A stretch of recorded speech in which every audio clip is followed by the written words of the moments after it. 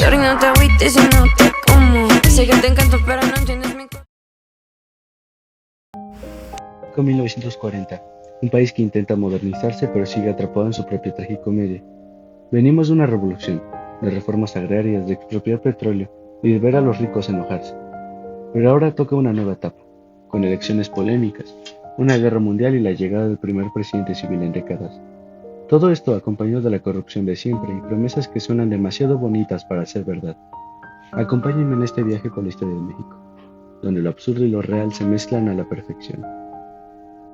Si pensaban que la política en México de hoy es complicada, esperen a escuchar lo que pasó en estos años, un periodo en el que la democracia era más bien un espectáculo, donde la industrialización prometía progreso, pero solo para algunos, y donde, como siempre, la cultura y el entretenimiento sirvieron para distraer a la población de lo que realmente estaba pasando.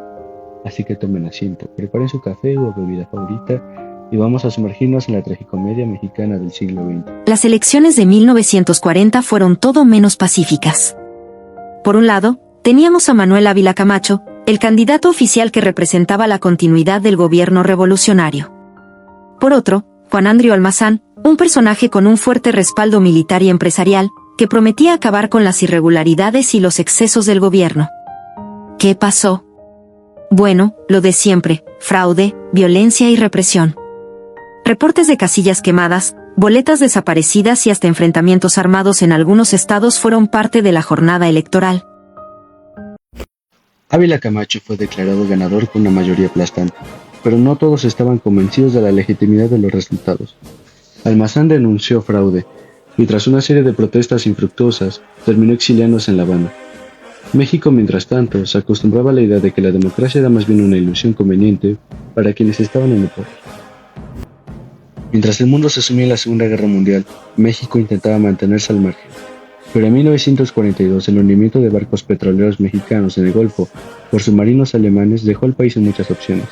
Estados Unidos, que ya veía a México como un socio comercial clave, presionó para que el gobierno tomara partido. Y así Ávila Camacho declaró la guerra al eje, enviando al legendario Escuadrón 201 a pelear en frente.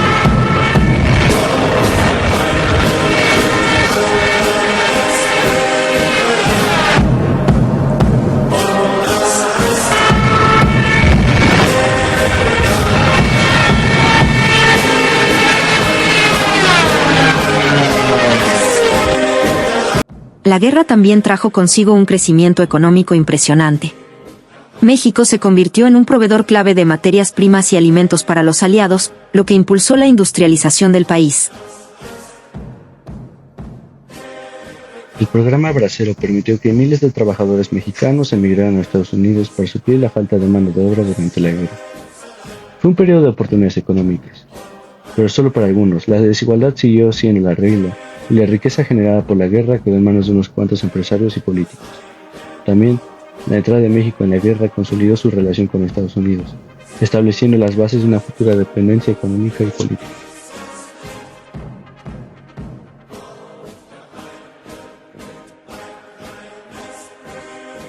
En 1946, México hizo historia al elegir a su primer presidente civil en décadas, Miguel Alemán Valdés.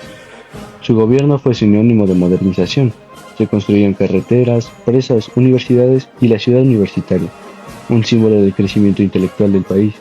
Sin embargo, también fue el sexenio donde la corrupción se convirtió en una práctica institucionalizada.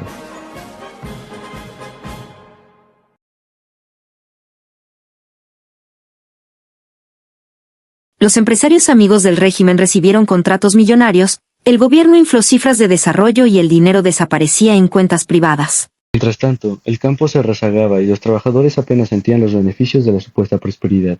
Además, Alemán reforzó la alianza con Estados Unidos al fomentar la inversión extranjera, pero esto también significó que México empezara a depender más de su vecino del norte para su crecimiento económico.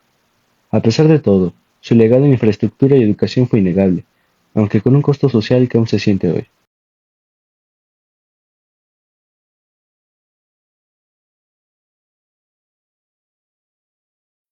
Así llegamos a 1952. México es un país más moderno, más industrializado, pero con los mismos problemas de siempre: corrupción, desigualdad y políticos que prometen lo que nunca cumplirán.